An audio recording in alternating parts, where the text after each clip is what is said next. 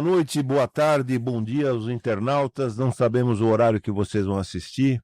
Hoje voltamos a ter o privilégio de contar com a participação do professor Fábio Sabino, que esteve aqui recentemente e foi um sucesso, né? Eu quero crer que é o vídeo com mais visualização no nosso canal Diálogo Livre.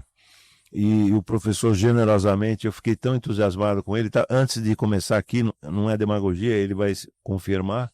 Estava dizendo que gostei demais dele, não só do professor, do filósofo, do teólogo, do exegeta, mas da pessoa, né? E já estou querendo propor aqui alguns projetos para ele. Uns eu acho que ele vai aceitar. A agenda dele é muito complicada. Então, um prazer, professor. Obrigado por retornar. É muito gentil da tua parte. E eu queria começar, já começou a repercutir muito, o professor esteve ontem no Redcast. Aliás, o Redcast antes era feito aqui, não sei se você sabe disso, e do nosso amigo Júnior Master, né? E se pudesse falar um pouquinho desse episódio de ontem, que já está repercutindo, né? 30 mil visualizações de ontem para hoje. Professor, muito obrigado novamente pelo convite. Boa tarde, boa noite aí para todos os telespectadores. Também não sei o horário os quais vocês assistirão essa transmissão, mas obrigado pelo carinho, pelo prestígio. Obrigado. A reciprocidade é a mesma, viu? Obrigado. E o dia de ontem foi meio conturbado, porque eu tinha solicitado se existiria algum tema, algo propício para o debate. Era eu, o Tassos e o chileno. O chileno, você lembra o nome, não? A gente conhece ele como chileno. O chileno. É, o chileno. Eu esqueci o nome dele, mas o pessoal conhece ele como chileno. Ele é de alguma denominação? Não, ele é ateu. Ele é ateu? Ele é ateu. Caramba. E aí colocaram na thumb que eu também era ateu. Eu falei, não, gente, eu não sou ateu. Eu sou crente, não sou cristão, mas eu sou crente. Já fui cristão da Assembleia de Deus, depois eu trago alguns detalhes sobre isso. E aí sentamos, e aí o tema era Deus existe. Só que não tinha me passado o tema. O tema foi sugerido, não sei em qual momento da transmissão, e aí ficou complexo. Por quê? Porque até então eu estava entendendo que se Deus existe, para um pastor, que era o Tassos, faria uso da Bíblia. Mas infelizmente não foi o que aconteceu, e eu sou especialista em interpretação de texto, especialista em exegese. E eu não sou especialista em filosofia, não lido, porque eu estudo muito a exegese, é papirologia, é manuscritologia, é patrística. Às vezes algumas pessoas pensam que o campo da exegese é um campo simples. Não, é um campo muito complexo. E talvez por essa complexibilidade, o pastor, que é cristão, não quis adentrar a minha área de especialização. Então foi conturbado nesse sentido, porque eu pouco participei, pouco indaguei, ou seja, a live toda ouvindo. E o chat bombando, mais de 3 mil pessoas assistindo em tempo real. Perguntando, coloca o professor. Deixa o professor falar, entra na Bíblia, muda o tema, faz isso, faz aquilo. Infelizmente não foi o ocorrido. E aí chegou um momento, o qual ele se retirou, parece que ele tinha um compromisso, e aí sim. Aí ficou eu, o chileno e o Júnior. E aí começamos aí o chileno fazendo algumas perguntas bíblicas, o Júnior também. Aí eu entrei um pouquinho na esfera bíblica. E está repercutindo até agora. Fiz uma live hoje, um react, a respeito dessa questão que aconteceu ontem, o fato dele não ter aceitado discutir a existência do Deus bíblico, que é uma coisa que ele serve, e eu queria trazer alguns contrastes a respeito do Deus bíblico, e a primeira pergunta que eu fiz para ele foi essa. O senhor, então, acredita que só existe um Deus, e esse único Deus que existe é o Deus inserido na Bíblia? Ele falou, sim. Falei, então você acredita num Deus mentiroso? Aí já foi um espanto. Não, a gente não está para tratar de assuntos bíblicos. Aí eu parei, como assim? Não, vai tratar de um aspecto filosófico. Eu falei, não, mas eu não sou filósofo, eu sou teólogo, sou exegeta e hermeneuta. Então o campo que vocês vão entrar aqui não tem nem como eu contribuir. Mas quando ele deixou as deixas, né, um pleonasmo que eu usei aqui agora, as deixas, que aí retratava e fazia algumas citações de versículos, rapidamente eu falei, para aí, vamos analisar esse versículo qual você citou. E assim foi um bate-papo. Teve momentos acalorados no debate, que aí até o chileno ficou meio assim, ele ficou meio assim. Eu me exaltei um pouquinho, eu falei, você tá fugindo das minhas perguntas, por quê? Por que você está saindo pela tangente? Não, mano, não, você não pode usar de homem. Aqui é um bate-papo. Eu falei, eu sei que é um bate-papo, mas eu estou fazendo perguntas, você não está me respondendo nenhuma delas. Assim o senhor complica. Enfim, resumindo, aí o que eu fiz? Bom, já todas as perguntas que eu fizer não serão respondidas, eu me calei. Eu falei, então, participem vocês, e fiquei na mesa, só prestigiando, ouvindo, prestando atenção, e assim foi. E assim terminou depois do Mas você volta lá agora, parece, né? Volto quarta-feira. Quarta-feira. Só você ou mais alguém? Não, eu vou debater com mais. Eu não sei ainda quem serão. Uhum. Mas parece que é um rapaz e parece que o chileno voltará novamente. Parece que ainda não confirmou, mas até então é um rapaz, não sei quem é, não conheço. E o chileno parece que fará parte, mas ainda não confirmou. Mas quarta-feira que vem estarei no Redcast novamente. Professor, o senhor fez agora uma observação que me achei interessante. Eu sou crente, mas não sou cristão. Explica para nós essa observação. Crente no sentido de crer. Eu creio em algo que organizou, criou o universo. Eu vejo o universo de uma certa forma organizada, nesse sentido de crença. Cristão, no sentido que eu não consigo praticar aquilo que o cristianismo exija que seja praticado. E eu elimino até as cartas de Paulo. Quando eu falo de cristão, porque eu não sou cristão, é que eu não consigo seguir e colocar em prática os ditos de Jesus. Seria mais ou menos aquela Bíblia muito antiga, os quais a logia ou os ditos de Jesus vinham escrito na cor vermelha, aquelas Bíblias muito antigas. Lembro. E se eu tirar todo o compêndio ali que está inserido dentro da logia e deixar apenas a logia, se eu for colocar em prática eu não conseguiria. E eu tentei e não consegui. Então seria talvez uma parte hipócrita da minha vida ou afirmar que sim, que eu sou, uma vez que eu não consigo praticar. E quando eu era pregador, isso exige, ainda mais da denominação qual vim, que era a Assembleia de Deus. Então você tem que ter uma conduta de vida muito exemplar. Que se coaduna com a crença, com a doutrina. Tanto com a doutrina, ou um costume, vamos dizer assim, e também com as referências bíblicas.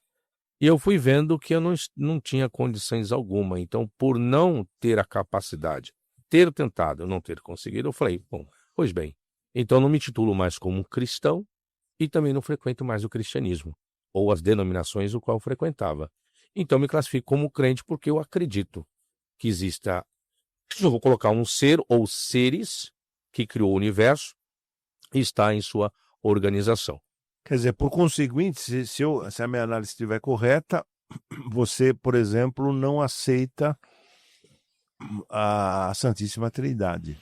Não. Né? Porque, tá certo? Se você... Sim.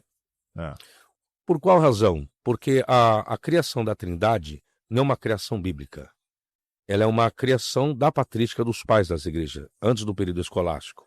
Então você tem a patrística, que foi a formulação que eles vão criar, que são 3 pessoas distintas, contendo a mesma essência. É uma questão de crença e de fé. E não tem uma explicação óbvia para isso biblicamente. Se as pessoas tentarem pegar, você não tem uma referência ampla.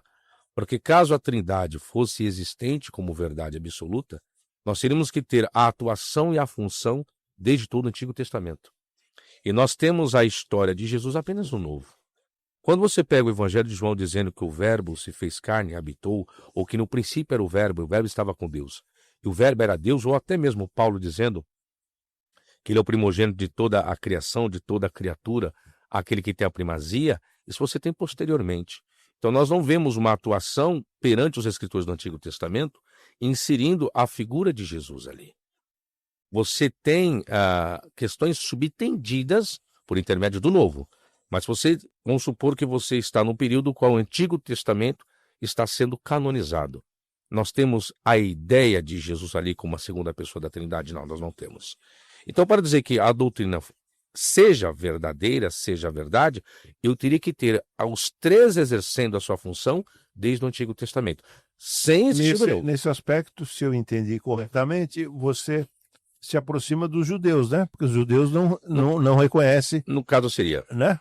Tá certo? Não aparece, né? Não. Ele agindo. É claro que eles contam com a vinda, né? Aliás, eles estão até hoje, tá Do certo? Messias. Do Messias. Tá Só que certo? não o Messias divino. O Messias, para os judeus, não é um ser divino. Não é alguém que está na posição de Deus. Tanto que Jesus tentaram apedrejá-lo por 2 vezes por ele se passar como Deus. Porque para o judeu não tem como um homem, a matéria, ser divino. É um ser espiritual. Essa é a crença dos judeus. Por mais que possa existir como posso dizer, um antropomorfismo, não, um outro linguagem de antropopatismo, uma teofania. A teofania, a manifestação de Deus por intermédio de uma voz, por intermédio de uma chama, por intermédio de uma nuvem, por intermédio que é a teofania, que é a manifestação de Deus de várias formas. Isso é uma crença teológica que está inserido na Bíblia, isso. Quando Deus dialogava com Moisés por intermédio do trovão, por intermédio da nuvem e etc. Mas Quando ele pedia para Moisés não olhar, ouvi-lo de costas. sim, aí seria um antropomorfismo, né? É. Aí seria um antropomorfismo quando a figura divina aparece com características humanas, físicas, né? Antropopatismo quando ela representa os sentimentos humanos. Então, não tem como o judeu aceitar a matéria, porque ali já se trata da matéria. Agora, se fosse um ser espiritual e justamente existir a teofania, seria algo totalmente diferente. E por que os judeus não acreditam? Porque a profissão de fé de judeus, me fala a memória, Deuteronômio 6,4, ouve Israel, o eterno é nosso Deus, o eterno é um, que em hebraico é Shema Israel, Adonai Elohenu, Adonai Errad. Quando você chega no termo Errad, alguns até traduzem de uma forma equivocada como uma unidade composta. Não, não é unidade composta. Errad é uma única unidade absoluta. Então não tem como você inserir Jesus ali na história do Antigo Testamento. Por isso que torna-se complexo dos judeus aceitarem uma figura, o Messias, como divino. A figura do Messias é uma figura de um personagem político e religioso, que as profecias tratavam a respeito disso, de alguém que teria capacidade suficiente para restaurar a nação de Israel, tirando debaixo de um jugo político e, ao mesmo tempo, restabelecendo a vida religiosa. Então, é essa a figura do verdadeiro Messias para eles. Exemplo, nós não temos o templo em Jerusalém hoje. Nós temos apenas as muralhas ali em Jerusalém, os muros, vamos dizer assim. E o Estado político é existente. A única coisa que falta é restabelecer a parte religiosa, voltar à função sacerdotal, voltar ao sacrifício. Aí vem uma pergunta e um grande problema. Se de fato é verdade, Jesus, descrito na Bíblia, foi o Messias e diz que ele foi o sacrifício perfeito, por qual razão, então, os apóstolos deram continuidade no sacrifício? Então, existem alguns relatos complexos no Novo Testamento que acaba desfazendo algumas visões teológicas. Porque se volta novamente o templo reerguido em Jerusalém, volta a função sacerdotal e o sacrifício. Logo, então, como fica a tal vinda de Jesus? Se Jesus já foi sacrifício, então Jesus não tem que voltar para reconstruir templo algum, porque isso Jesus não fez. Mas está previsto, você me corrige, que ele volta e governará durante 1000 anos, não é isso? Uhum. E depois aí virá... milenial. Não é isso? É o reino milenial, isso mesmo. Depois vem o fim de todas as coisas, vamos dizer assim. Né? Vem o julgamento e tantas outras coisas. Aí vem a pergunta, ele vai governar onde? Segundo o relato, é em Israel. Espera aí. Então Jesus, que traz a salvação para toda a humanidade, ele volta a dar primazia para o povo judeu? Isso é acepção de pessoa. Ele sacrifica para a humanidade e aí reina em Israel. Entende? E aí vem a outra pergunta. Paulo vai escrever que para que isso ocorra, tem que reconstruir o templo, tem que existir primeiro o anticristo, o filho da abominação. Mas qual a vantagem de existir um templo judaico se Jesus foi o sacrifício perfeito? Não existe nexo, não existe lógica nisso. Agora, quando você falava aqui no Velho Testamento, não aparece, eu lembrei, você me corrija, porque eu sou um economista que leio, eu não sou teólogo, não sou exegeta, nem hermeneuta, eu sou só um economista que leio bastante, mas o meu conhecimento é pífio, né? Mas eu estou lembrando aqui, professor, daquela passagem dos que foram jogados na fornalha, né? E aí eles viam, eram 3, né? Sadraque, Mesaque e Abdenego. Abdenego, e o quarto como se fosse um quarto, como se fosse o filho dos deuses, né? E muitos atribuem a Jesus, a figura de Jesus, não é? Aí nós temos uma questão teológica e uma questão interpretativa. Na questão teológica, para os apologistas, vão colocar que o quarto homem da fornalha era Jesus. Na questão interpretativa, não cabe isso. Por quê? Porque a fala é de um babilônico, a fala não é de um judeu. E a expressão que está é justamente, vejo um semelhante ao filho dos deuses. Então, esses deuses podem ser os deuses babilônicos, semelhante a um filho dos deuses. Porque está no plural, né? Está no plural o termo ali. Então, existe a Septuaginta, que procurou trazer semelhante ao filho de Deus. A Septuaginta que trouxe essa vertente. Já o hebraico não. O hebraico vai trazer totalmente diferenciado. Semelhante ao filho dos deuses, porque ele está comparando a quarta figura ali como os deuses babilônicos. Porque não tem como ele trazer a construção de um Jesus que ainda não existia. Ou seja, o verbo só se fez carne no Novo Testamento. Então, como que eu posso entender o verbo que se fez carne no Antigo?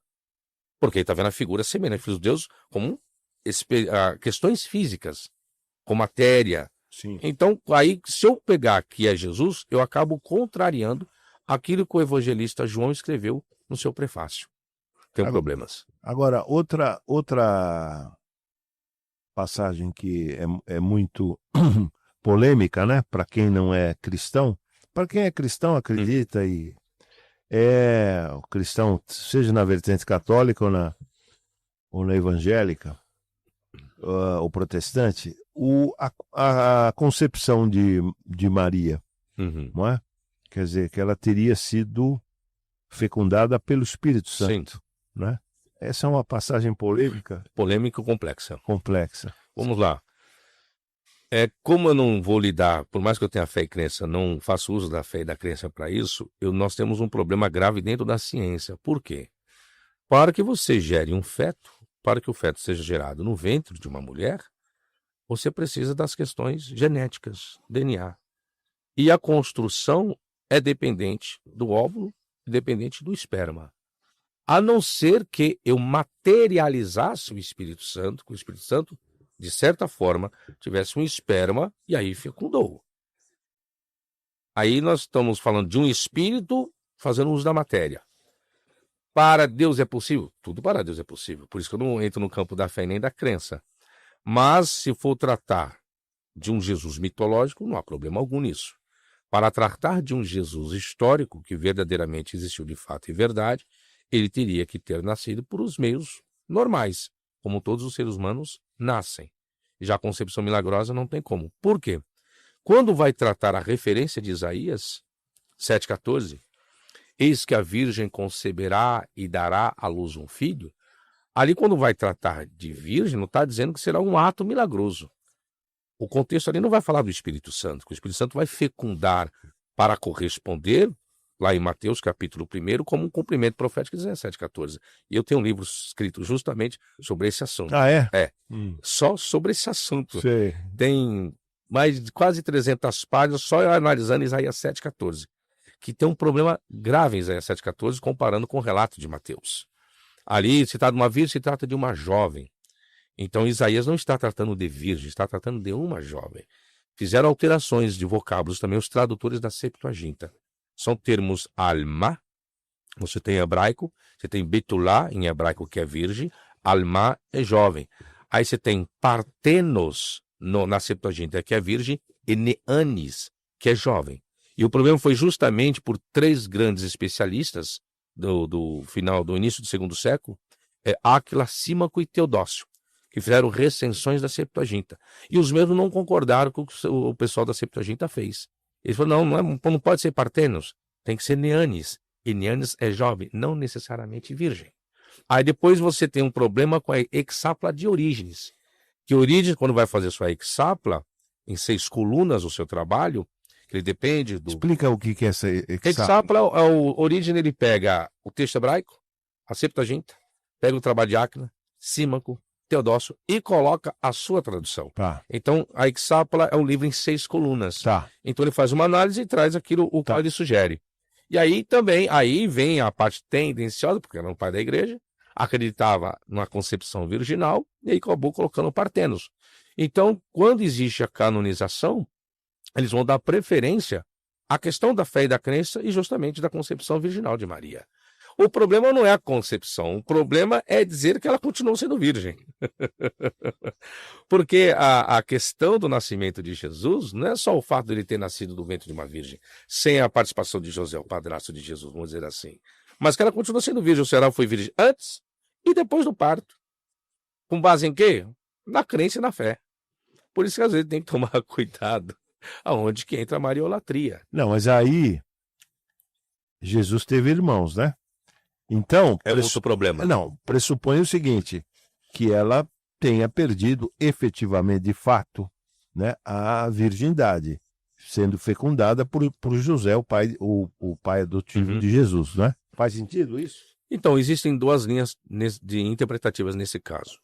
Alguns vão colocar que, na verdade, os filhos, os irmãos de Jesus, na verdade, eram da primeira esposa de José. É mesmo? É. Existe uma linha que vai colocar dessa forma. E tem alguns elementos para chegar a isso? Termos, né? Termos gregos, contextos, porque um termo, exemplo, adelphos, que é o termo grego para irmão, existe também a tradução de primo.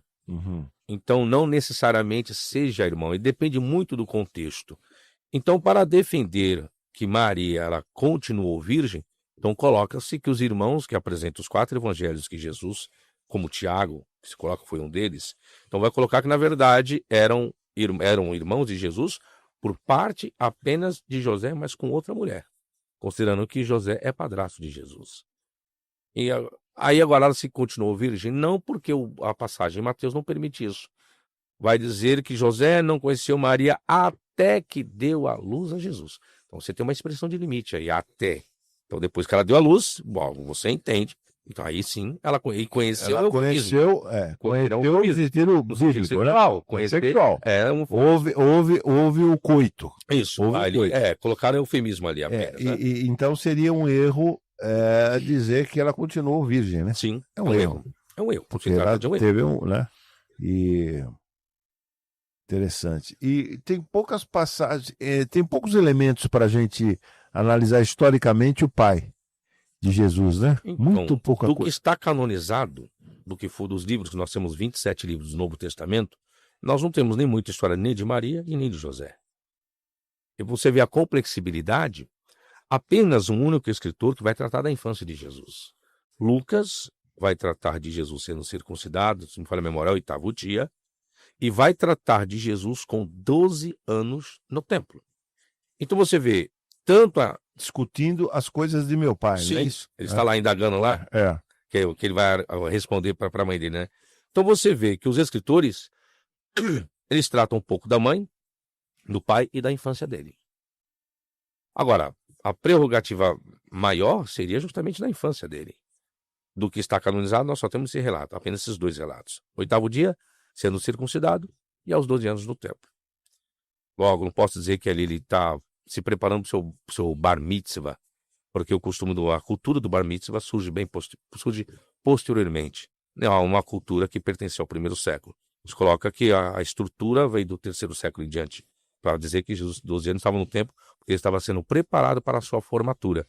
Que hoje o costume, a cultura é que 12 anos é quando o menino ele se torna, vamos dizer, maioridade, quando ele se assume a responsabilidade diante de Deus, diante da família e de tantas outras coisas.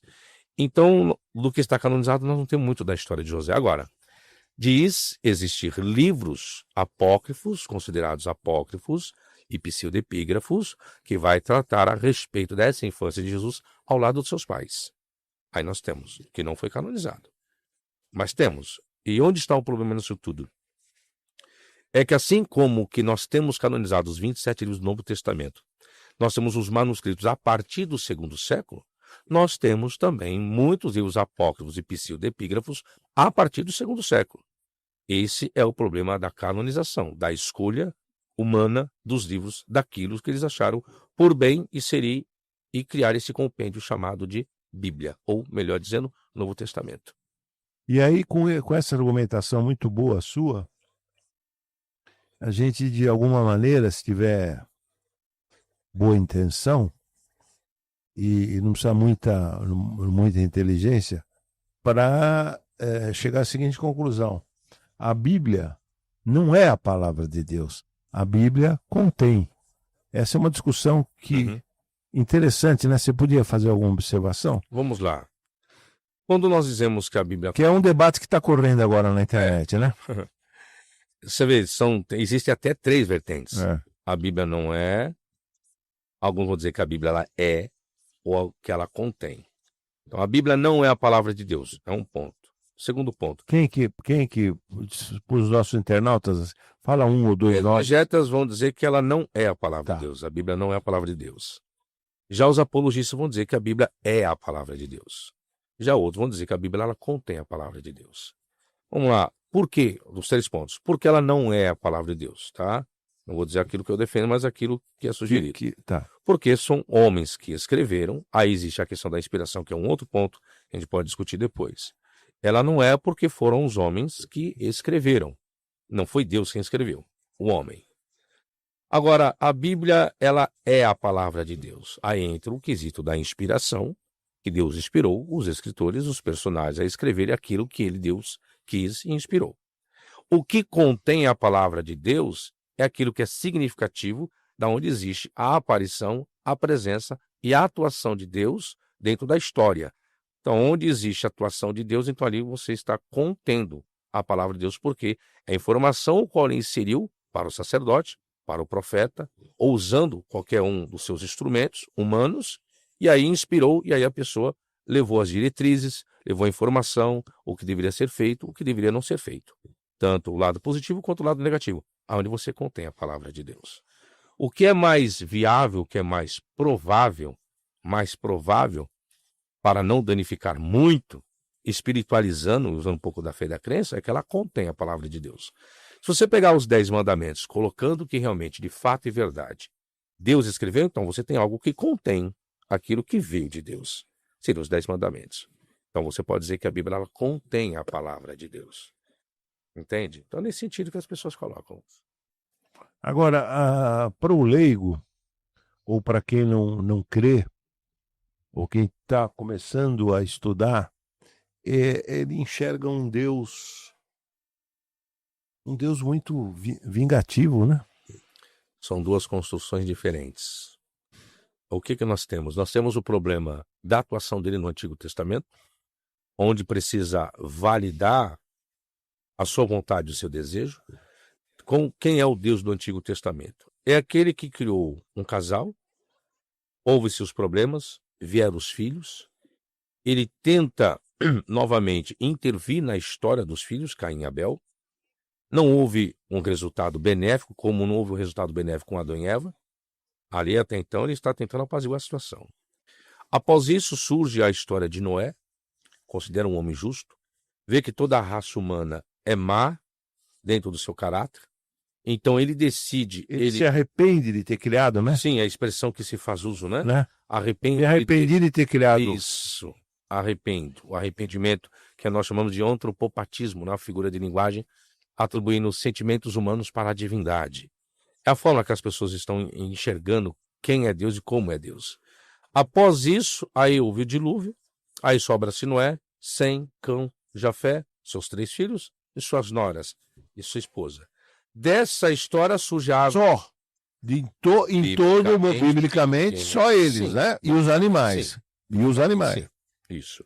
Biblicamente, sim. Aí vem de Sem, que vem a descendência de Abraão, que aí sai de Noé, agora vai surgir o período patriarcal. Que aí é de Abraão que Deus faz a promessa da circuncisão. É de Abraão que Deus escolhe para ser o seu povo peculiar, sua nação exclusiva. Abraão, Isaac e Jacó. Isso. Aí vem toda aquela sequência de descendência até chegar em Moisés, Josué, e, enfim, até chegar até em Jesus. Aí começa esse Deus, ele muda de perspectiva. Agora ele já não vai mais intermediar, agora ele vai dar... Agora, uma observação, eu queria contar com a tua sabedoria e teu conhecimento. Aquela passagem em que a mãe tinha uma predileção por um dos filhos e chegou a hora da bênção. O pai já não enxergava direito, não é? Aí a mãe coloca pelo num dos filhos, né? O outro vai fazer uma caça, Jacó tal. e Esaú. E Esaú e Jacó. E houve uma tramóia ali. Sim. E não obstante a tramóia, a bênção não foi abdicada, quer dizer, ela foi concedida. Sim. Pô, foi uma bênção em cima de uma tramóia? Como é que explica para nós isso aqui? Não tem nem o que explicar, porque o texto já é claro sobre isso. Mas então tá correto o que eu tô falando. Sim, é isso mesmo. É o desejo da mãe e o pai já estava debilitado. Então, é justo por tramóia mesmo. Por tramóia mesmo. É a mesma coisa que você Quer dizer, falar. o pai foi enganado. Sim, é a mesma coisa. E não obstante esse engano, adulterou-se ali, né? Adulterou-se os fatos. E Deus abençoou. É a mesma coisa você pegar a bênção de Deus para Isaac e Ismael. Que o pessoal diz que a descendência de Ismael é o povo islâmico, o povo muçulmano, e Isaac é o povo judeu. Então, se você for analisar, parece que de qualquer forma Deus também abençoou tanto a descendência de Ismael quanto a descendência de Isaac. Da mesma forma, por quê? Porque todos originam-se de Abraão. Então, pega Jacó e Esaú, vai dar o mesmo perfil. Agora, alguns dizem o seguinte, contorna isso dizendo o seguinte: eu tenho misericórdia de quem eu tenho misericórdia. Tem essa passagem, né? Tem. Então, eu tenho misericórdia de quem eu tenho misericórdia. Sim. Então, há outras passagens que você pode indagar e aí tem uma resposta, tanto bíblica ou em púlpitos, né? Olha, isso daí não compete a você ter esclarecimento. Isso não é como se fosse assim, não é da tua conta. Não é da tua conta. As coisas reveladas pertencem a uma, as coisas ocultas pertencem a Deus. Onde está isso mesmo? Não lembro no Antigo Testamento agora para lembrar. Mas exatamente, você pegou literalmente isso, né? E, bom, aí faria sentido, né? Se ele é Deus, então é o seguinte, tem certas coisas que você não vai alcançar. Eu não te falo, não só porque eu não quero falar, é porque se eu falar, você não vai entender. Então aí pode ser, tá certo, em termos lógicos. E geralmente, nesse sentido, as pessoas julgam muito a questão negativa. Os porquês, né? Por que fulano nasceu dessa forma? Por que fulano que nunca fez o mal morreu agora? Por que aquele só faz a maldade, tá aí, ó, tá prejudicando a vida alheia, tá prejudicando a sociedade? Por que fulano tá desse jeito, tá próximo? Aonde as pessoas fazem as perguntas do porquê. Porque são escolhas humanas. Deus não interfere na minha escolha. Então, o que acontece? É eu quem faço a escolha. Exemplo, vamos lá. O ladrão da cruz roubou a vida toda. Um deles foi para onde? Para o paraíso. A gente vai falar, mas qual foi a lei da semeadura? O que ele colheu? As pessoas... Mas ele colheu a morte. Sim, ele colheu a morte. Mas a semeadura era a morte o quê? A gente vai entender. Inferno. Espiritualizando, ele foi para onde? Para o inferno que ele não foi. Segundo a Bíblia, foi para o paraíso. Eu pergunto, ele colheu o quê? É nesse sentido que as pessoas não compreendem. Exemplo, por que não? Porque surgiu um período na história, não lembro qual ponto agora histórico, em que tudo aquilo que ocorria de errado na vida do ser humano, desde o seu nascimento, era devido ao pecado dos pais. Era devido à transgressão de alguém. Tanto que indagaram Jesus.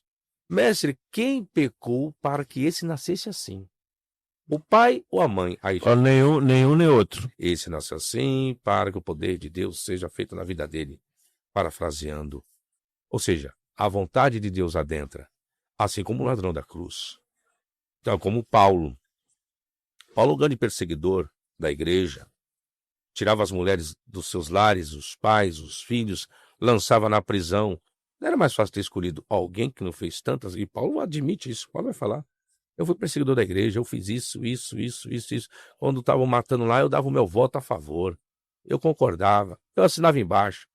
Foi Deus foi escolher, Jesus foi escolher logo aquele camarada, podia ter escolhido outro. É onde as pessoas perguntam os porquês. E ele era culto mesmo? Paulo era. Segundo ele mesmo, segundo as narrativas, estudou aos pés de Gamaliel. Ele devia ter muita erudição, né? E Gamaliel, segundo a história, existindo duas grandes yeshivás, vamos colocar a faculdade para simplificar, que formavam os fariseus. Era a escola de Hillel e a escola de Shammai. Uma era conservadora e a outra era liberal, vamos dizer assim. E Paulo ele acaba estudando aos pés de Gamaliel, que Gamaliel foi da linhagem de Hillel. Ele é um grande sábio que existiu isso antes de Jesus, tanto Shammai quanto Hillel. Então, Gamaliel ele está justamente tratando a respeito dos apóstolos, de Pedro. Quando Pedro vai preso, que eles querem matar Pedro, para ver cá, gente. Gamaliel se levanta no conselho.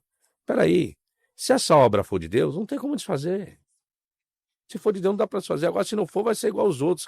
Lembra o cara lá, e pai... Não, com fulano, Citadeu, Ciclano, Beltrano, vai dar em nada. Foi o Gamaliel que falou isso? Isso, foi Gamaliel quem falou isso, dentro do conselho. E Paulo diz que aprendeu aos pés dele, né? Circuncidado ao 8º dia, da tribo tal, né? Teve a sua cidadania romana. Então, Você lembra quanto tempo... Isso é uma coisa que me preocupa, a dimensão temporal da existência dos personagens, né? Você lembra quanto tempo viveu Gamaliel ou não? Porque Paulo, segundo os registros, 62 anos, né? Paulo. A Bíblia não vai dizer que quando Gamaliel morre, né? Porque é um relato muito curto a respeito de Gamaliel. Mas biblicamente nós não temos muita informação sobre isso. Mas há uma ideia de que ele viveu bastante, né? Sim, provavelmente, talvez até 70 depois de Cristo, a destruição do templo. Porque depois da destruição do templo, que existe a preocupação de centralizar o judaísmo em Avni, em Ujâmnia, como algumas pessoas conhecem, que é justamente em 90 depois de Cristo que existe a canonização, segundo a história, do Antigo Testamento, por Yohanan ben Zakkai. Então, talvez ele tenha se aproximado de 70 alguma coisa. É difícil de... Mas viveu mais, seguramente, do que Paulo, né? Porque aí Paulo, ele tinha cidadania romana e apela, né? Porque foi um missionário, e Gamaliel continua sendo judeu. E pelos registros, a morte dele foi... Biblicamente, a Bíblia não fala como. Não fala, mas dizem... Ele diz que ele foi livre da boca dos leões, né? Como se ele teria sido jogado no Coliseu, vamos dizer assim. E não se sabe se ele morreu de velhice. Lógico, vamos colocar ele como mártir, né? Alguns dizem que ele foi decapitado. Alguns colocam que sim. É que é um outro problema que surge. Porque existe uma perseguição no tempo de Cláudio em Roma, que diz que expulsou os cristãos de lá. Então... E só que nesse período aí você tem Nero já logo do lado. Nero como um Calígula, você tem Calígula, você tem Cláudio, você tem Nero, você tem grandes... E Nero não é fantasia, não. Nero foi um negócio cruel, né? Aí já muda. Requintes de crueldade. Aí muda. Muda. Agora, só não foi uma questão generalizada, vamos dizer assim, mundial. Porque a perseguição em massa só dá a existência por um decreto que foi em 284 depois de Cristo, que era o decreto de Décio. É pelo decreto de Décio, em 284 depois de Cristo, que aí sim você tem a perseguição em massa em cima dos cristãos. Então o que você tem são perseguições pequenas, por quê? Quando você tem Plínio o Jovem, que ele escreve uma carta para o imperador Trajano, e Plínio estava em Bitínia, isso em meados de, não lembro se era 60 alguma coisa, não lembro da data agora, mas dentro do 1º século, existe Plínio uma perseguição muito pequena. Porque Plínio está em Bitínia e o que acontece? Os templos estão vazios, não está existindo mais sacrifício nos templos pagãos. Por quê? Porque as pessoas estavam se tornando cristão. E quem era cristão não praticava mais nenhum culto a uma outra divindade, a não ser a Jesus. E aí Plínio fala, então, não sei de onde surgiu isso aqui, Trajano, faz um experimento, Plínio. Pega esses que dizem ser cristão, que se reúnem no domingo, né? Que louvam o seu Cristo como se fosse um Deus, e leva lá a imagem. Se ele dizer que ele é cristão, nisso procede diante da imagem, não sacrificar, mata, pode matar. Então você vê que as perseguições dentro do 1º século eram perseguições, assim, localizadas. Não era aquela massa se torna em 284 depois de Cristo, pelo decreto de Décio. Aí que muda o negócio. E a apologia de morrer por Cristo, de alguma forma, é incentivada, né? Paulo quem vai dizer isso? Né? Paulo vai tratar a respeito dos mártires. Ele louva aqueles que dão a sua vida em prol do evangelho, em prol da graça, em prol do sacrifício de Jesus. E Jesus vai falar, aquele que quer me seguir, negue-se a si mesmo, tome a sua cruz e siga-me. Então Jesus que dá primeiro um indício disso. Para aqueles que querem ser mártir, e Paulo dá continuidade, né? Agora, nessa perseguição de Plínio, com a carta de Trajano, Muitas pessoas dizem, eu deixei de ser cristão. Não, eu larguei o cristianismo faz 20 anos atrás. Eu vou voltar a servir os templos. E voltou realmente. E muitas pessoas negaram Cristo. Ou seja, os apóstolos, segundo o relato bíblico, Pedro até negou. Pedro negou Jesus por 3 vezes. Diante da iminência do perigo, ele acabou negando. E as pessoas que diziam ser cristãos dentro do primeiro século, diante da iminência do perigo, no período de Trajano e Plínio, também negaram. Voltaram ao paganismo. Essa era uma das preocupações de Paulo. Porque Paulo é quem vai evangelizar o povo gentílico. Pedro foi o primeiro, porque Pedro foi levantado para evangelizar os gentios. Depois, Paulo se coloca como pregador eminente para o povo gentílico. Lógico que a doutrina que mais asseverou e cresceu justamente não foi a de Pedro. Foi a doutrina de Paulo. Porque a doutrina de Pedro era a doutrina judaica. A doutrina de Pedro não. Desculpa, a de Paulo não. A de Paulo é aquilo que ele entendia como um novo nascimento de uma nova estrutura, de uma nova incorporação, de uma nova crença e fé. Daí a crítica violenta que ele faz da exigência de se fazer circuncisão. Aí ele vai contra. E tem todo um arrazoado, né? Sim. E ele é um arrazoado forte, né? Chega a ser, não digo violento, mas assim, ele chega a ser enfático, né? Sim. Enfático. É porque a circuncisão foi uma promessa, uma aliança que Deus fez com Abraão, uma promessa de Deus para Abraão. E Paulo fala, não, agora Paulo tira Deus da história, tira a circuncisão da história e coloca Cristo. Se você se circuncidar, da graça decaíste. E se torna inimigo de Jesus. Parafraseando é mais ou menos o que ele quer dizer. Você não deve se circuncidar. Aí surge o problema, que leva esse problema para Jerusalém. Quando chega em Jerusalém... Essa questão de pacto é interessante, me ocorre agora lembrar, até para os nossos internautas, e você puder qualificar melhor, o pacto de... Pacto não, é pacto. Olha, nunca mais vou permitir, Deus falando, dilúvio. E como chancela disso, o arco-íris, né? Sim. Você lembra que passagem que está isso, não? Gênesis, agora qual capítulo, não vou lembrar. Mas procede isso, né? Sim, tá. E tá aí o arco-íris, uma coisa linda, né? Sim, está aí. Então, a questão do que Paulo faz, Paulo ele cria uma doutrina diferentemente dos apóstolos. Quando tem o problema da circuncisão, que ele vai para Jerusalém e que leva o caso, aí os anciãos, não tem que se circuncidar por causa da promessa. Aí Tiago toma a palavra, Pedro analisa o caso, fala, não vamos perturbar aqueles que dentro dos gentios se convertem a Deus, mas escreva-lhes cartas para que se abstenham do sangue, da carne sufocada, da prostituição e do ídolo. Por quê? Porque é o segmento judaico. Pedro, ele não está igual Paulo na graça. É Paulo quem vai implantar. Quem implantar a graça é Paulo, não é Pedro. Porque os apóstolos, verdadeiramente, eles continuam no rudimento judaico. Eles continuam fazendo sacrifícios. Eles iam ao templo, a hora da oração, a nona. Era justamente a hora que sacrificava o cordeiro. Então, os 11 apóstolos, vou colocar até Matias, 12, eles continuam nas práticas judaicas. Quem não continua na prática judaica é Paulo. Tanto que Paulo foi acusado de pregar contra a lei de Moisés, quando Paulo vai para Jerusalém. Aí tentam matar Paulo, aí chega... Ei, Paulo, vem cá. Nós temos um pessoalzinho que fez voto. Vai lá. Faz o voto junto com eles. Raspa. Paga por eles o voto. Paga por você e todos saberão que você não está fazendo nada disso. Mas Paulo estava fazendo isso mesmo. Paulo estava pregando contra a circuncisão. Aí, ou seja, os apóstolos deram um jeitinho e Paulo, com medo da morte, o princípio do seu ministério, ele foi lá e fez a mesma coisa. Infelizmente, nós chamamos isso do quê? Hipocrisia. Ou seja, depois Paulo vai bater no peito. Eu carrego no meu corpo as marcas de Cristo. Estou pronto agora para me oferecer como libação, como cheiro agradável para Deus. Aí depois, no finalzinho, já tá velho, aí sim. Agora me diga uma coisa, professor. Você que conhece tanto, eu tô aqui, tô degustando, tá uma delícia, hein? É uma verdadeira aula que você tá dando para mim e para os internautas.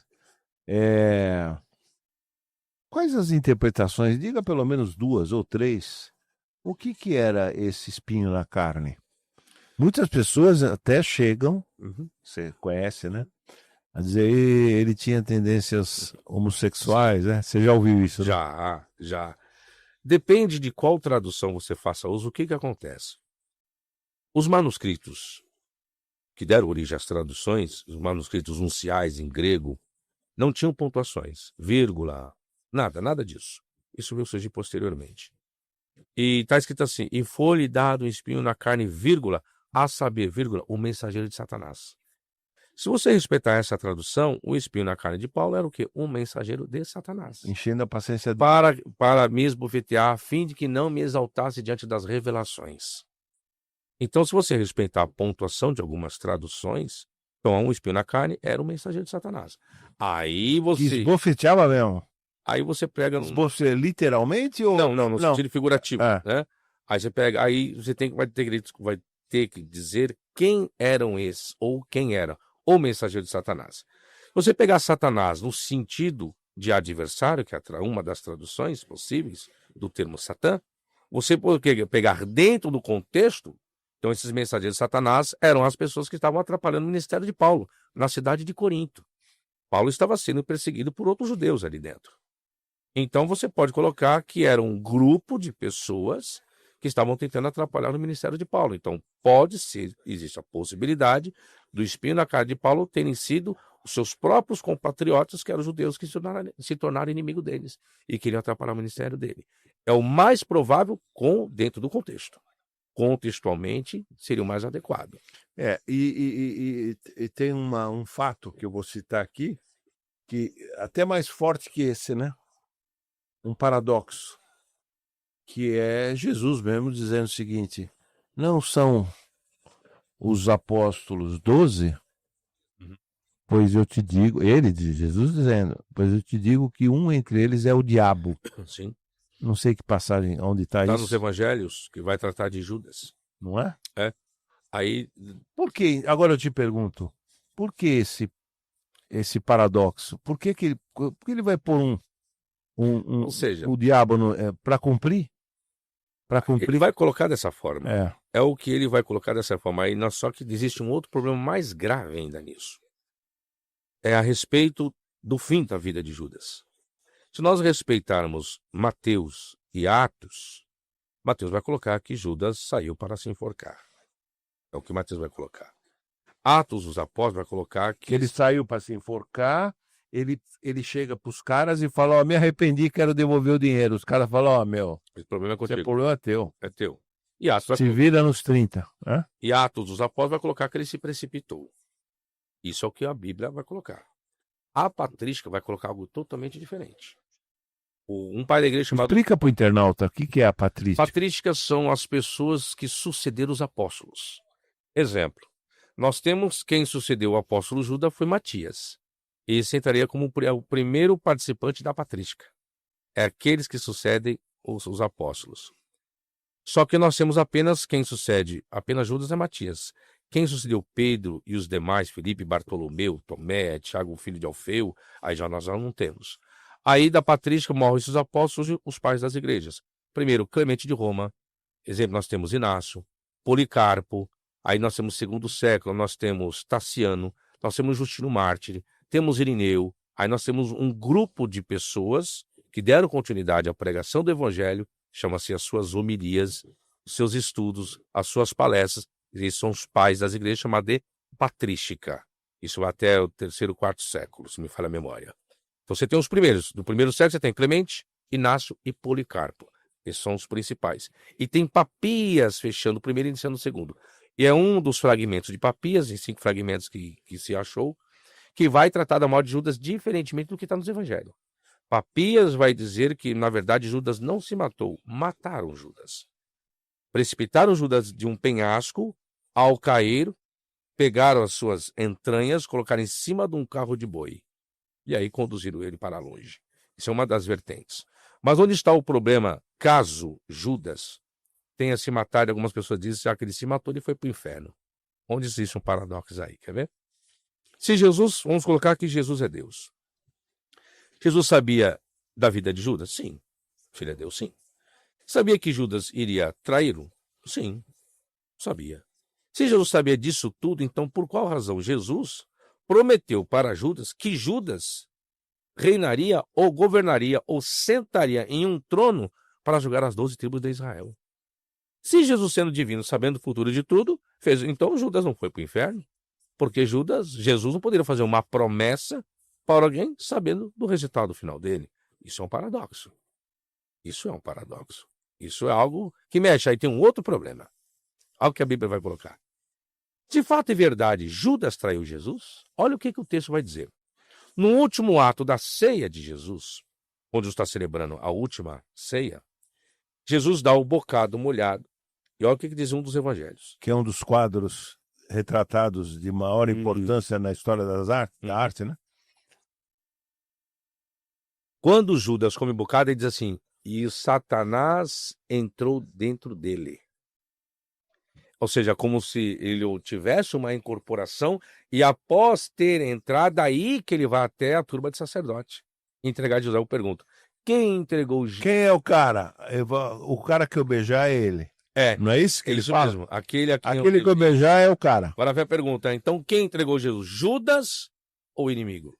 Porque se ele estava possuído, e Satanás entrou em Judas. E Judas saiu, foi se reunir com a turma de sacerdotes. Hermeneuticamente, eu vou dizer que quem entregou Jesus não foi Judas, foi Satanás. Aí eu pergunto... E Jesus poderia ter impedido... Mas Jesus falou. Ele poderia ter impedido o do inimigo Ele entrar. impediu a respeito de Pedro. Pedro, Satanás. Por mais de uma vez, não é isso? Eles que se circuncidou. Trigo, e eu roguei por ti. Se Jesus fez por Pedro, por que Jesus não fez por Judas? Porque vai colocar.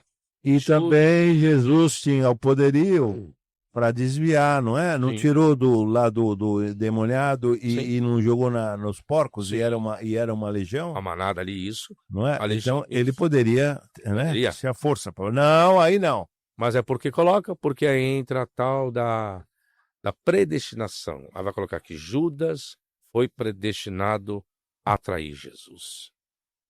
Ou seja, foi apenas ele que deu ocasião a isso. É difícil de você entender isso, porque quem era o tesoureiro do ministério de Jesus era Judas. Mas dizem que ele pegava argum para ele, né? Aí está o problema. Aí entra um problema grave. Olha só, quem faz essa acusação é o Evangelho de João. Só existe no Evangelho de João. Então você tem um escritor tendencioso. Ele comprou 2 BMW, só com dinheiro. Então, 2 Porsche, a preta, Cayenne. Igual a sua. O professor tem uma Porsche preta, linda, merecido. Obrigado. A denegrir a imagem de Judas. É João quem faz isso, tanto que quando a mulher está enxugando os pés de Jesus, aí olha o que diz os 4 evangelhos. Só João vai dizer diferente. Os 3 primeiros evangelhos vai dizer, nossa, por que não pegou esse dinheiro e vendeu isso aí e ajudasse os pobres? Aí João, alguns diziam isso. João não. Não. E Judas, não. Judas disse isso não porque ele tem cuidado dos pobres, não, porque ele é ladrão e tira o dinheiro que você colocava na bolsa. Preste bem atenção agora, doutor. Eu estou escrevendo um relato. Eu sou apóstolo, companheiro de Judas Iscariote. Eu estou acusando ele de ladrão. Uma acusação grave, séria. Peraí. Se você está vendo que alguém está roubando, como o João está dizendo, por que não denunciou antes? Um problema interpretativo. Não denunciou. Está no relato de João, está no Evangelho de João. E aí, se não denunciou, é quase conivente. Não, é conivente. Sabe e não fez nada. Quem cala, consente. E nesse caso, é só João que faz essa acusação. Os outros evangelhos não sabem disso. Os outros evangelistas não estão dizendo que Judas é ladrão. Por quê? Porque é o escritor do Evangelho de João que tem uma imagem negativa de Judas. Então, você vê, expressa um sentimento. Aí, a hermenêutica, nós usamos o método biográfico. Existe o método da hermenêutica, indutivo, dedutivo e assim sucessivamente. Existe o método biográfico que você vai estudar o caráter do escritor, do personagem. E quando você faz essa comparação, o negócio muda. É igual Lucas, o caráter de Lucas, olha só. Quando você vai tratar dos 2 ladrões na cruz, que estão ao lado de Jesus, apenas Lucas vai dizer que existe um ladrão arrependido. Mateus, Marcos não dirão nada a respeito disso. Mateus e Marcos vão dizer que os 2 lançavam os mesmos impropérios que a multidão lançava contra o rosto de Jesus. Apenas Lucas vai diferenciar. Não é os dois, é um só. Ou seja, você pega o estilo do escritor da narrativa. Por quê? Porque ele está preocupado com Teófilo, a quem Lucas direciona o seu evangelho. Logo, se existe algum problema com Teófilo a respeito de valores monetários, que é o que dá a entender, porque Lucas ele vai tratar muito bem a respeito da riqueza, e Lucas não vai tratar a respeito de prostituição, de adultério, não é perspectiva do evangelho de Lucas. O que dá a entender, quem ele direciona o seu evangelho, levava uma vida muito conturbada. Só que ele quer defender. Aí onde que Lucas faz? Não, o camarada roubou, mas foi pro céu. Aí Teófilo, como que é? Nossa, que interessante. Então você tem um ponto de vista, isso nós chamamos crítica da forma, que é o estilo de linguagem de cada escritor. Então, na crítica da forma, nós entendemos essa biografia, esse sentimento do escritor de preservar alguma coisa, de denegrir a outra, de defender uma área, de negativar uma outra, positivar a outra e assim sucessivamente. Isso você me faz lembrar, por isso que eu baixei aqui, peguei um livro, uma passagem aqui contemporânea, e eu vou chamar a atenção aqui, exatamente nesse ponto que você está falando. Aí, como o cara interpreta e como dá valor, né? E como se discute, é um personagem histórico, para quem é cristão como eu, acredito na divindade e na vida eterna, e ele é o Salvador, etc. Mas quanto estudo suscitou esse personagem histórico, não é? Que é Jesus Cristo. Sim. E aí me faz lembrar, por isso que eu puxei aqui o livro. Você ainda não leu, né?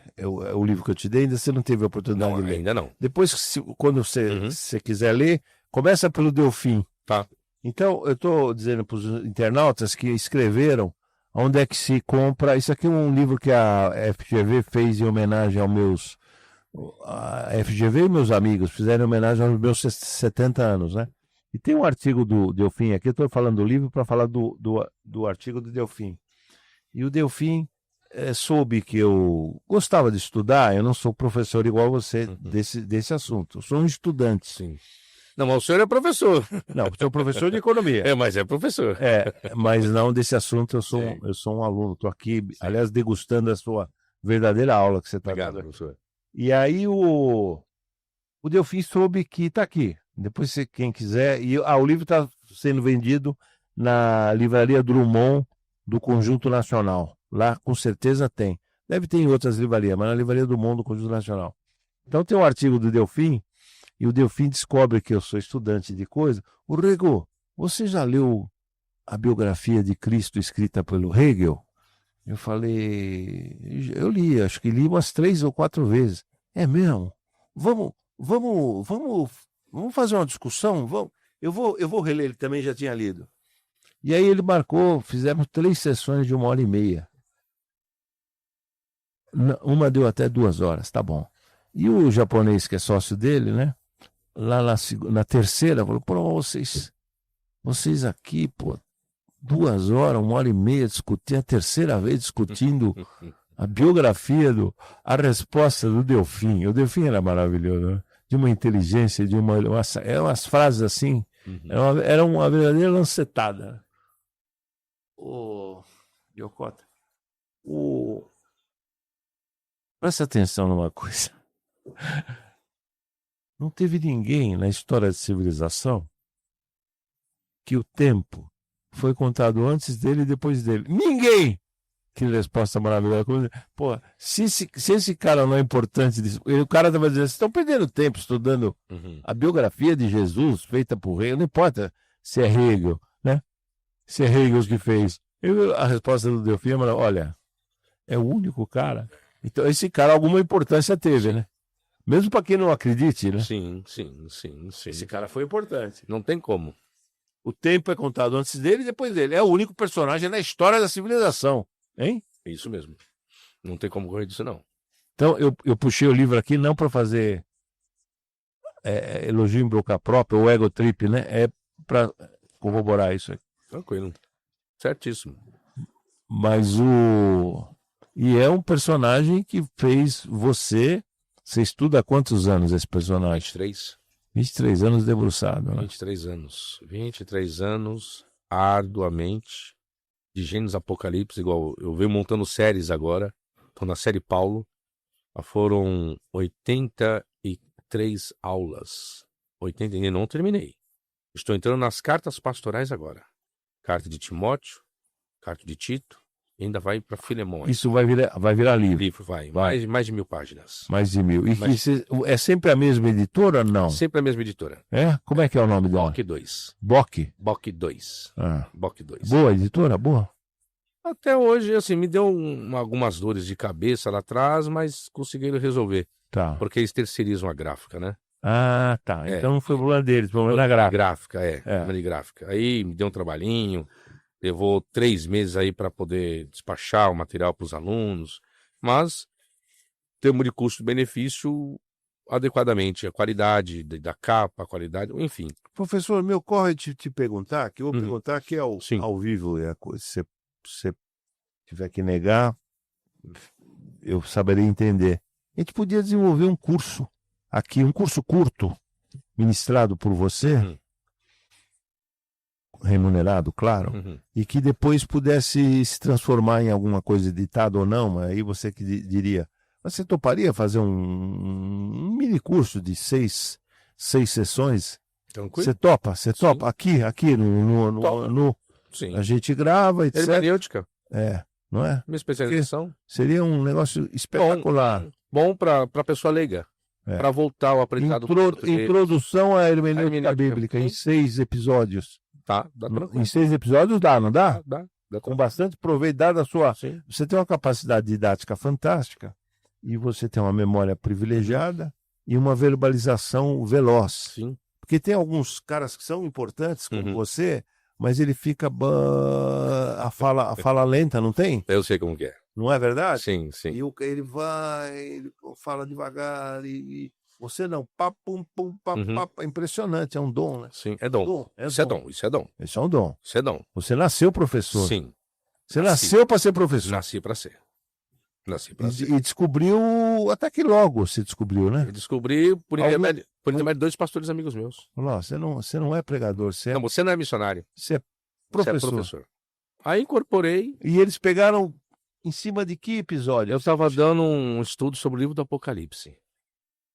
É a primeira vez que eu fiz uma apostila. Tinha aprendido grego, hebraico, tudo, e estava usando o grego. E estava destrichando. E aí eu perguntei para o pastor Ricardo, é o nome, pastor Ricardo, Osmar e Eli. Manda uma saudação, estão vivos? Um abraço, estão. Pastor Pedro, pastor João. Onde eles estão hoje? Mais ou menos. Olha, se não me falar a memória, o pastor Osmar ainda continua com o pastor Pedro, é o ministério japonês, a igreja evangélica. O pastor Ricardo foi, acho que está na Assembleia, ou para uma comunidade. O pastor Eli foi para... Como que é o nome, né? Atibaia. Ele foi para o interior de São Paulo. A Lorena. Pastor Eli foi para Lorena. Tá com que idade hoje, mais ou menos? Rapaz, 75? Não. Menos? Não chega a 70 anos. É mesmo, mais novo que eu. Não chega a 70. Se estiver com 60, acho que nem com 60 eles estão. Não acho que não chega a 60, deve chegar a uns 58 por aí. Tá. Pastor Elmar é jovem, pastor Ricardo é jovem, não. Todos eles acho que não chegaram a 60. E eles falaram, menino, você não... Aí quando eles olharam, eu dando estudo, falou, ô Fábio, vem cá. Não, você não é missionário, não. Você é professor. Eu falei, professor? Não, rapaz, eu vim para o seminário para ser missionário, não. Você é professor. E aí foi quando me dediquei. Aí eu falei, então, vamos ser professor. E aí você gosta, você tem prazer? Não. Amo ensinar. Você ama? Exercer a docência, eu amo. Amo. Não tem como, amo. Então, igual quando vai fazer... Tem uma coisa, você já percebeu, e eu vou falar porque eu sou professor também. Você, ao estudar para preparar a aula, é uma das formas mais intensas de aprendizado, né? Para resumir em 40 minutos. É impressionante. Às vezes eu levo 3 dias para preparar um conteúdo de uma live para resumir em 40 minutos. O difícil é ser fácil. Uhum. Pegar a coisa difícil, tornar fácil, você, nesse exercício, você aprende para burro. Não é verdade? Por causa da pesquisa. A pesquisa científica, as referências bibliográficas. Então, igual essa série Paulo, já são 372 referências. 372 obras pesquisadas. Então, o pessoal acha que é fácil. Não. Todas as minhas obras, o qual eu escrevi, o meu manual de exegese foram 120. Foi a minha primeira obra que eu escrevi. depois veio o Tetragrama. A que me deu mais trabalho, 2 obras. Foi Em Busca da Origem do Gênesis. Eu tive que trabalhar com questões arcaicas, outros idiomas arcaicos, como hieroglífico, escrita hieroglífica, acadiano, ugarítico e sumério. O garítico é de que período? O Ugarite do período 800 a 900 a.C. O acádio você tem de 1100. Dominou em que região? Ugarite. Cidade mesopotâmica. Região mesopotâmica. Tá. E aí, isso que me deu mais trabalho de pesquisas. Achados arqueológicos, tabletes sumerianos, e escrita hieroglífica. Eu dependi da gramática de Gardner, foi o maior egiptólogo que existiu na história. Ah, é? Qual é o nome inteiro dele? Não sei se... É o maior egiptólogo da história. Da história, Gardner. Né? Gardner. Tá. E para mim, o maior hebraísta foi Gesênios. Wilhelm Gesênios. E Gesênios morreu mais ou menos em que época? Lá em 1800 alguma coisa.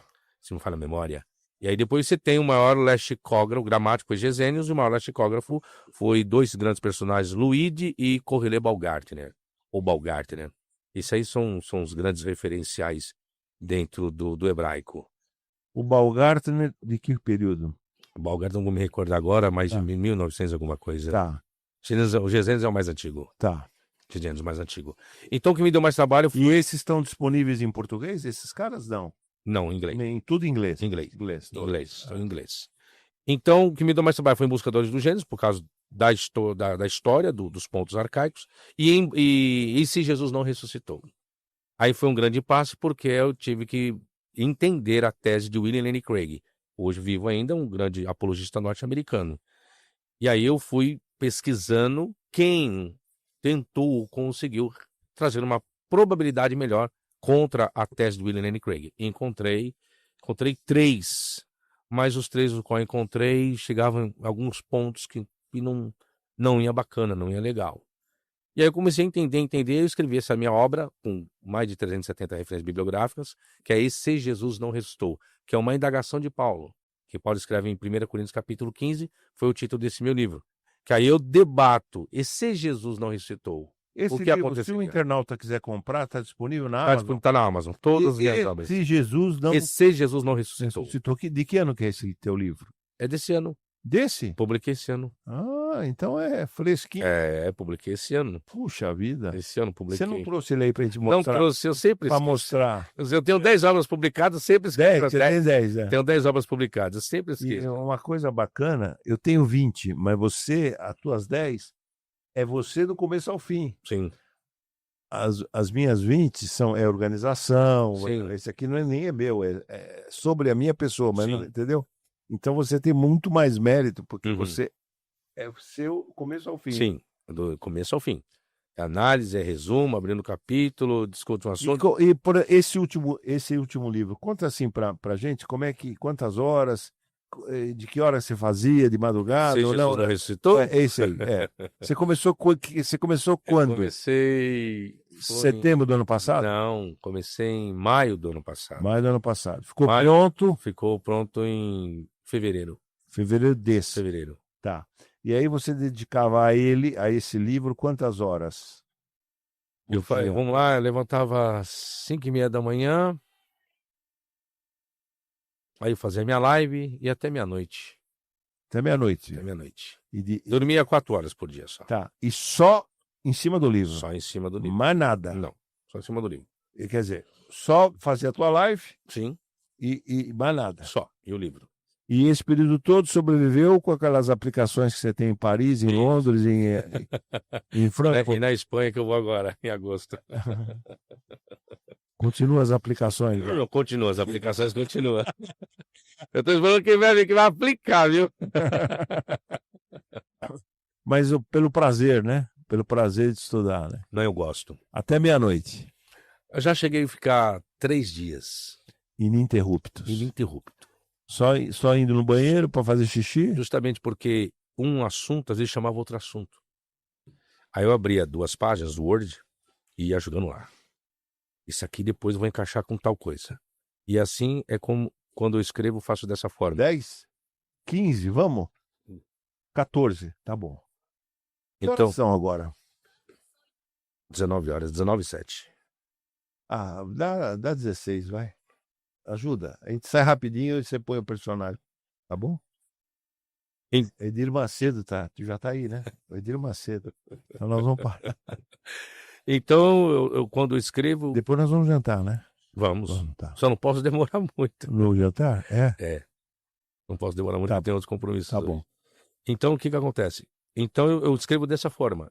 E às vezes eu tô num assunto, e aí vem um outro assunto. Aí eu paro esse aqui, deixo ali, grifo, faço alguma coisa, pego um outro conteúdo, vou numa outra referência, que me lembra numa outra referência, vou lá, estudo outro assunto. Aí o problema é que do outro assunto chama outro. Aí o que eu faço? Eu abro, isso aí tema aqui que eu vou... Tema sugerido, deixa lá. Aí eu tenho uma pasta só de temas que eu não... O computador te ajuda muito, né? Te ajuda muito. Pelo amor de Deus, ajuda muito. Ajude muito.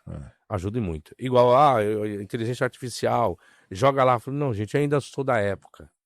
Eu sou da época ainda de usar. Eu prefiro ainda usar, usei jaleco.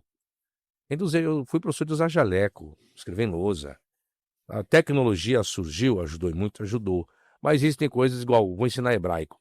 Eu não consigo ensinar hebraico se não for numa lousa. Porque é a parte de letras, é uma parte complexa, a escrita já é complexa, uma escrita quadrática. Nós lidamos com a escrita cursiva. E as regras gramaticais também são complexas. Aí você tem que trazer o hebraico com a gramática do hebraico com a gramática da língua portuguesa. Agora, professor, o que é mais gostoso fazer? Exegese ou hermenêutica? Exegese, porque ela dá trabalho. É mais gostoso? E quando você destrincha, é outro nível, é outra situação. Porque você lida com papiro. Você lida com papiro, você lida com os códices. Aí você lida com a patrística. Ou seja, vai de uma referência bíblica, João 3,16. Quantos papiros atestam João 3,16? Aí você vai à busca daquilo. O que diz os códices do 4º, 5º e 6º século a respeito de João 3,16? Estão todos iguais? Não. Quem dos pais das igrejas citaram João 3,16? E se citaram, de que forma citaram? E de que forma estão nas traduções hoje? É um mundo. É um mundo. É um mundo. Dá trabalho. Igual, meu manual de exegese, primeiro livro que eu lancei, eu fiz uma crítica em Ezequiel 28, que foi a primeira oportunidade que eu vim aqui. Lancei um livro só sobre esse assunto. Deu trabalho demais, porque eu traduzi vocábulo por vocábulo de cada versículo do hebraico usando... Agora, repercutiu isso. Esse é o que mais repercutiu, né? Esse aí eu lancei em 2009. É o que mais repercutiu? Sim, o que mais repercutiu foi o manual de exegese. É o que mais te deu trabalho para fazer. Foi esse que me tirou da Assembleia. Foi ele, você contou aqui. Sim, foi esse aí que... Agora, nos teus estudos de hermenêutica, eu sou um aprendiz de hermenêutica, né? Bíblica. E misturo com filosofia, que eu também sou estudante de filosofia. Professor só de economia, o resto é tudo estudante. E você leu, eu gosto muito do Paul Ricoeur. Você leu Paul Ricoeur? Não. Hermenêutica Bíblica? Não. É um autor interessante. Já ouvi falar. Paul Ricoeur. Já ouvi falar. É um cara muito... Foi importante na França, né? E ele consegue fazer... É um dos mais importantes filósofos que não abdicou da condição de cristão, entendeu? E é um cara seríssimo. Fica essa referência para você. Paul Ricoeur. Então eu estou muito contente aqui que você topou. Nós vamos desenvolver aqui o curso, seis aulas, né? Tranquilo. Você lembra o tema que eu sugeri? Não. Introdução à hermenêutica. Isso. Em 6. A gente pode, quando for sobre Paul Ricoeur, se você gostar, aí a aula sobre Paul Ricoeur eu te ajudo. Eu fico um TA, Teacher Assistant, assistente de... E os planos para o futuro? Você acha, você intui que você vai viver o quê? 96 igual o Delfim? Eu coloquei uns 150 anos aí. Não, mas 150 anos. Pelo teu sentimento. Não o teu desejo. Teu desejo é 96. Meu desejo seria 150. Seria. Meu desejo. Mas você sabe que não dá. Não dá. Porque viver é gostoso para burro, né? Ainda mais quando você ainda está apaixonado, está amando aquilo que você faz. E aí você vê a vida passar, as pessoas passando com o mesmo sentimento, com o mesmo amor, e não tendo concluído tudo aquilo que um dia projetou. Isso é ruim. É uma coisa que eu sempre peço e cobro Deus a respeito disso. Se nós temos dons e talento para ensinar aquilo que se diz ser a palavra dele, então por que temos que viver menos do que aqueles que não se preocupam com ela? Entendi. Então, já que eu me preocupo com aquilo que se diz, Você pede, eu entendi, lindo isso Uhum. que você falou, e eu senti que sinceridade. Você pede mais tempo para Deus, não só para você usufruir, que viver é gostoso, né, para o seu deleite, para o seu Uhum. prazer, mas é para você produzir no dom que Deus te Sim, deu. É isso. é isso, É bonito, é é, nobre, é isso. é um sentimento nobre, Seria isso. é um sentimento nobre. Deixa eu te fazer aproveitar uma digressão Uhum. sua sobre, porque em geral as pessoas, na outra vinda sua, nós exploramos um pouco isso. As pessoas em geral dizem: olha, para o ser humano são três coisas, para um homem ou para a mulher. Nós exploramos, né? O poder, uns são fascinados pelo poder, né? E abdicam de outras Uhum. coisas. Se a família for bem ou não, né? Pô, quero poder, poder. Poder, o dinheiro e o amor, né? O amor na dimensão lata ou sucinta, sexo, poder, enfim. Mas tem uma quarta que a turma não, que é algo que nem Deus abdica, que é a glória, né? Uhum. A glória é uma coisa diferente do poder, Sim, do dinheiro e do amor. do amor, não é? Hum. Muitos falam: "Não, se tiver dinheiro tá bom", mas a glória é um negócio, né? É, A glória. Se você pudesse falar um pouquinho sobre a glória bíblica, que Deus não abdica, né? Se esses se calarem, Hum. se eles se calassem, até as pedras clamariam, né? Deus não abdica da glória, né? Aliás, não divide a glória dele com ninguém, né? Porque a glória ela não pode ser comparada, no caso, É. biblicamente, porque existia a glória das outras divindades. Só que as outras divindades, historicamente, biblicamente, não atuaram na mesma proporção qual Deus atuou para com a sua nação. É isso que os escritores querem retratar o Deus bíblico. Então, Deus não vai compartilhar o trunfo dele, o triunfo, a forma qual ele conduziu o povo, alimentou, protegeu, que eles trocassem Deus por um outro Deus. Então, esse é o sentido de glória bíblica que Deus não aceita que troque. Por quê? Porque somente eu, Deus, proporcionei vocês chegarem onde vocês chegaram. Então, eu devo ter esse reconhecimento de vocês.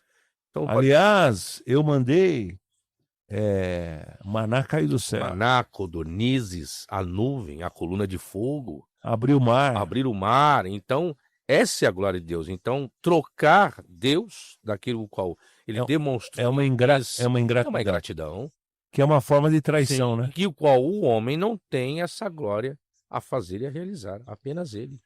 Só que aí vem as pessoas. E a coisa da ingratidão, tanto Deus quanto Jesus destacava, né?